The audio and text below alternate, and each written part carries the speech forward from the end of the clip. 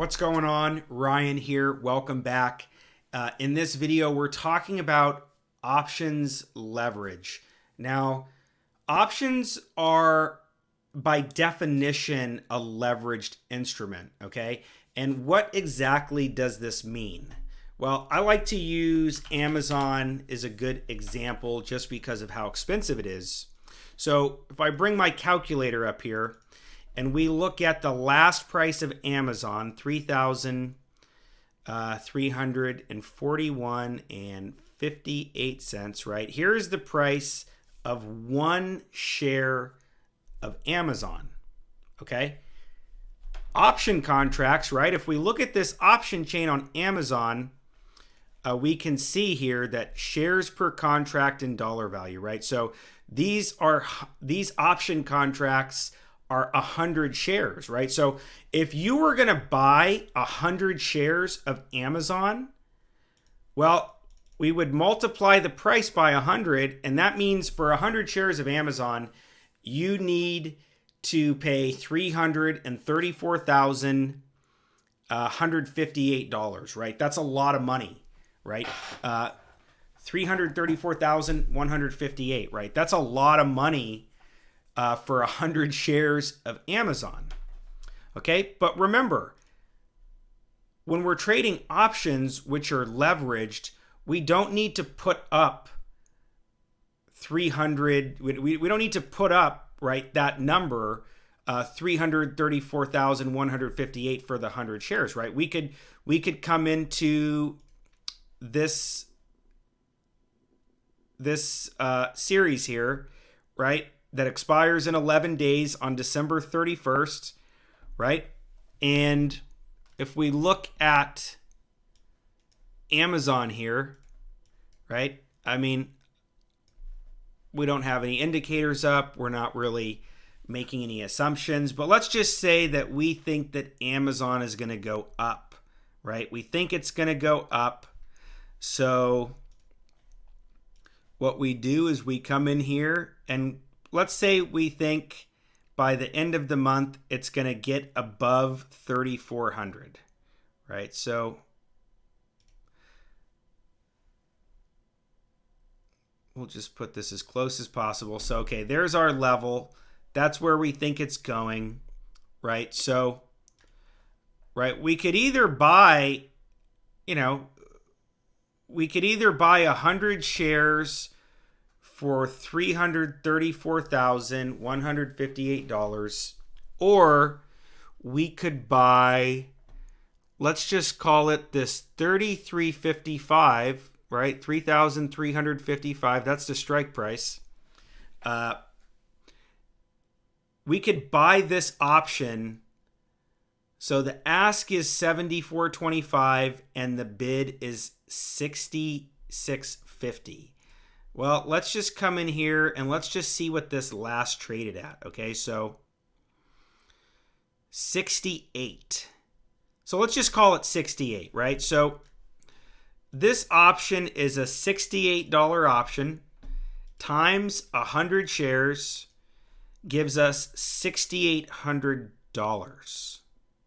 Okay, so we could either buy 100 shares for $334,158, right? The price of Amazon stock times 100 shares. Or we could control that amount of money in the form of an option contract for $6,800, right? That's the power of leverage. Now, let's kind of think exactly how that works in terms of a profit, right? So if we were to buy this $3,355 option and Amazon is $33.41.58. I mean, just to make this example easy, right? Let's just say that in a week time, this option goes, the price of Amazon then goes to, let's say, $400, right? So 45 points away, basically. right? So we could assume that if we just did the math on this, basic math, right? If we took 3,400 minus 3,355, right? That gives us $45 of intrinsic value times 100 shares, right?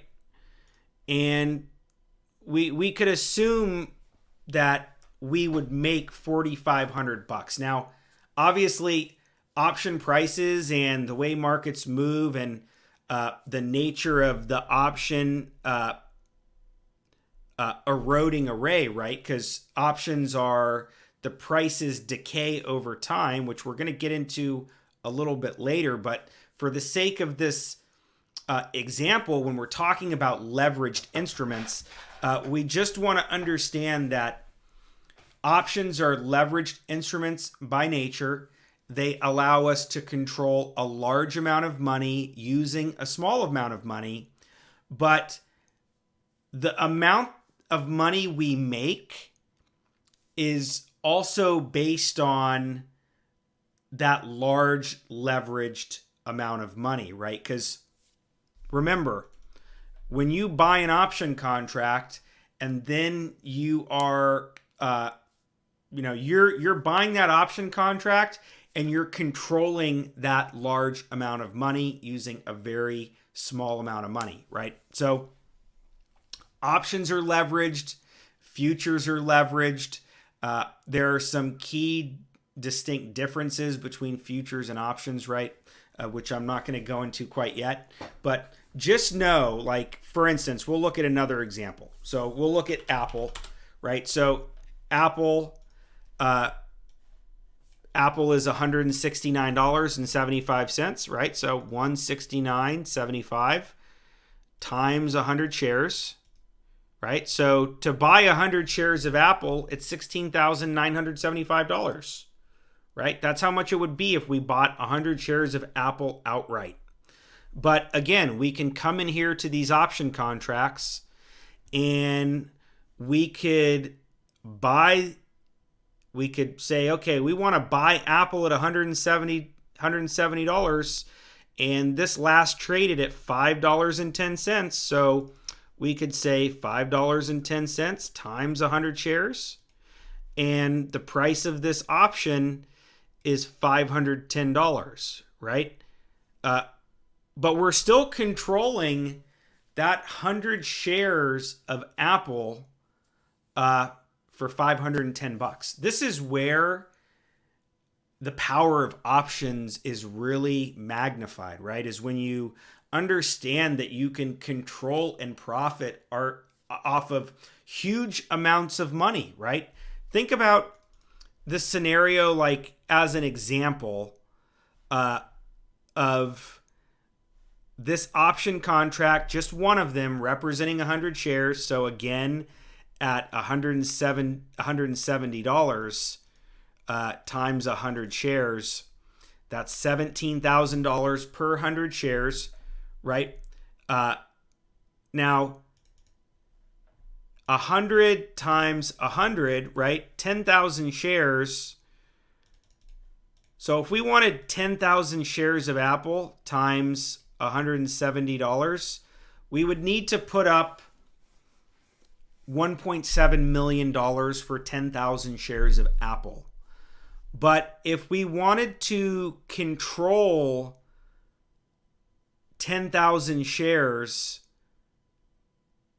of option, right? If we wanted to control 10,000 shares of Apple, we could do it with options for a significantly less amount of money. And we could figure that out by going, okay, well, 10,000 shares divided by 100 shares per contract. Again, we know that that's 100, right? 100 times 100 is 10,000.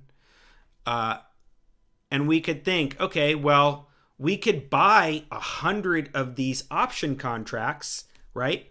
And that would be the same as controlling $1.7 million of Apple at this given strike price, right? So think about that.